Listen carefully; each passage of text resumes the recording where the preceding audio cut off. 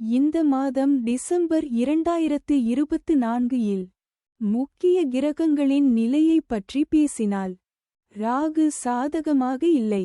குரு 3வது வீட்டில் அமைந்துள்ளது.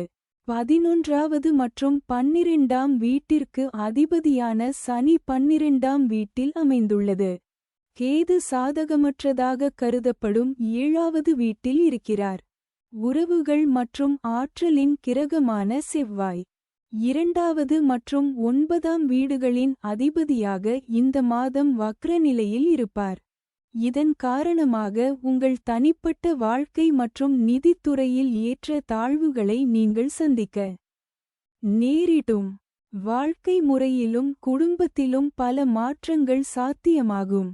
வாழ்க்கை வளர்ச்சி உங்களுக்கு மிதமானதாக இருக்கும்.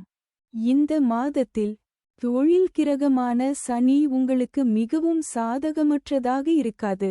இதன் காரணமாக உங்களுக்கு வேலை அழுத்தம் அதிகரிக்கும் வாய்ப்பு உள்ளது.